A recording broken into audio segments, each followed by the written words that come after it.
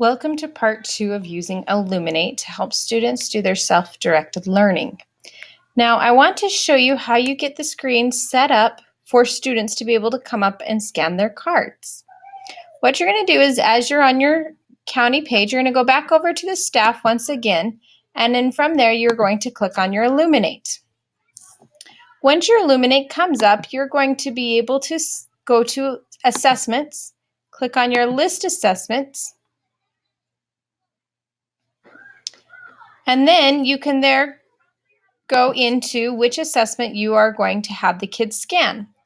Now there's two ways to get to the scan option. You can push the scan button here, or you can go up to the administration one and hit scan from there.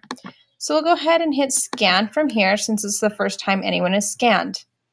Now I do not want the students to use the teacher button because it will show them what answer they got incorrect.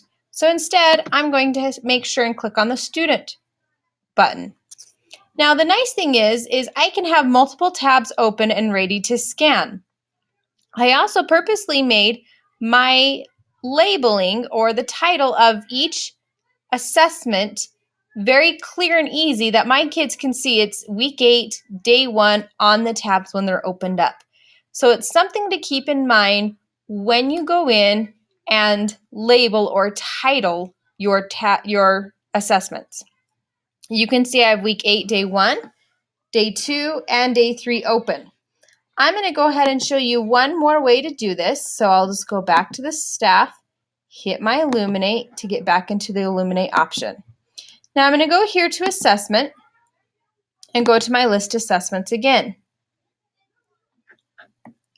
Now this assessment, my week 0 testing assessment, this one I set up for the students for the purpose for them to get comfortable and understand how it works before they actually go into an actual comprehension week or day. So I have this fun one to use to show you.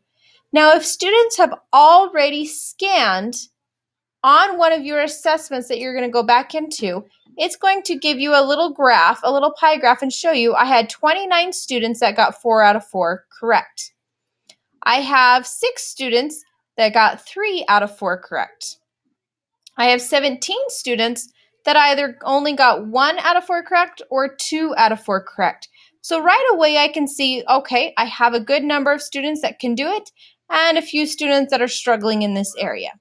All you do if this is one that has already been scanned is you just go up to the administration option to hit your scan button and it takes you right back in where students can scan. Now, I have 2 student cards that I have ready to scan. All I'm going to do is put them in front of the window. It doesn't matter how close or in what shape they do it, as long as you can see that green square that comes up around the black one. Now you can see I scanned Hallie once and then I scanned her again and it brought up that little message saying you've already scanned, you can't scan again. It's also showing me that she has 4 out of 4 correct, so she knows that that worksheet that she had just done, she's completed it successfully. Now another student can come up, scan theirs, wait for the green square, and you can see that Abby only has 3 out of the 4 correct. At this point, she has to go back and figure out which of those 3 out of 4 she got wrong, or which one out of the 4 she got wrong, and reattempt to do it. All she has to do is figure out which one is the incorrect one, and then fill in the correct answer and scan again. Now, it's going to recognize that she's already scanned once and can't scan again. She needs to wait for another student to come in and scan. Then she can come in and easily scan again, and it shows she got 4 out of 4 correct. Now, I want to show you what the teacher option looks like. It's just letting you know that the answers are going to be shown. Oh, let me cancel that for real quick. Now, the problem that comes up is you don't want other students to see if she got only 1 out of 4 correct. All the student has to do after they've scanned their card is hit enter, and it disappears and it's ready for the next student to scan, making it very easy for anyone else to come up and use it right behind the student without worrying about the student feeling bad if they only got 1 out of 4 correct. Now, for this purpose, I'm going to go ahead and fill in on the teacher section. So I'm going to say yes because it's going to say that it's going to be more information will be shown on the screen. I don't do this one for the students, but I can do it for me. Now it shows that she scanned twice, and out of those 2 times, she got 4 out of 4 correct. Now, if she had one incorrect, it will then show, okay, she only had 2 out of the 4 correct, and she has a 50% accuracy rate on that scan.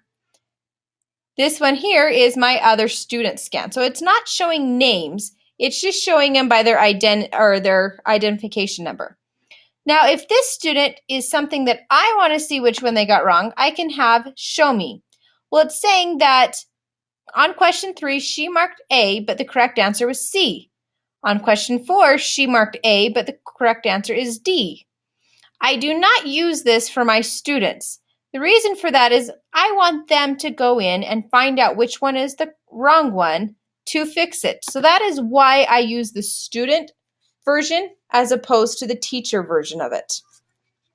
So then she can go back, read through her packet, find out which ones are the correct ones and which ones are the wrong ones. She can go in, fill it in, come back. Oh, I just make sometimes kids go back in and scan. And then once again, she has 4 out of 4 correct. If I check on my teacher site, I can see, okay, the 2 people that have scanned have 4 out of 4 correct. It updates it constantly.